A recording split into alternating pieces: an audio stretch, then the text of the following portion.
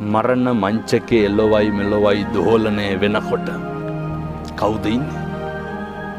අනුන් වෙනුවෙන් සැප සතුට තීරණය කරපු අපි, අනුන් වෙනුවෙන් ගෙවල් දොරවල් හදපු අපි, අනුන් වෙනුවෙන් තමන්ගේ ආධ්‍යාත්මය නාස්ති කරගත්ත අපි තථාගතයන් වහන්සේ දේශනා කරනවනේ පින්නතුනේ, මරණ මංචකේ එළොවයි මෙලොවයි දෝලනය වෙනකොට පුත්තාමත්ති ධනම්මත්ති තිබාලෝ විහඤ්ඤති අත්තාහි අත්තනෝ නත්ති පුතෝ පුත්තෝ පුතෝ ධන.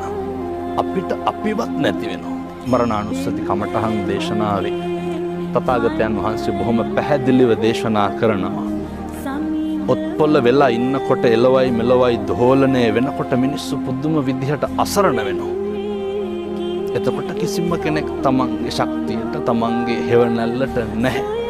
ඒක තේරුම් ගන්නට තමයි උන්වහන්සේ මරණානුස්සතිය දේශනා කරේ ජීවත් වෙලා ඉන්න කාලය තුල.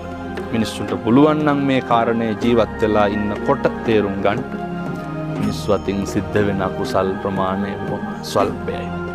මේ කාරණය දැකපු මනුෂ්‍ය ආත්ම භාවයේ දුර්ලභකම දැකපු ශ්‍රීනාශ්‍රවයන් වහන්සේලා, මහරහතන් වහන්සේලා, බෝධිසත්වයෝ, බුදුවරු මේක කොච්චර අපූර්වට පරිස්සම් කරාද? මෙහෙම දේශනා කරන්නේ මේ මනුෂ්‍ය ආත්ම භාවයේ තියෙන දුර්ලභකම නිසාමයි. එක වචනයකින්වත් සංසාරයේ දිග්ගස්ස ගන්න හොඳ නැහැ.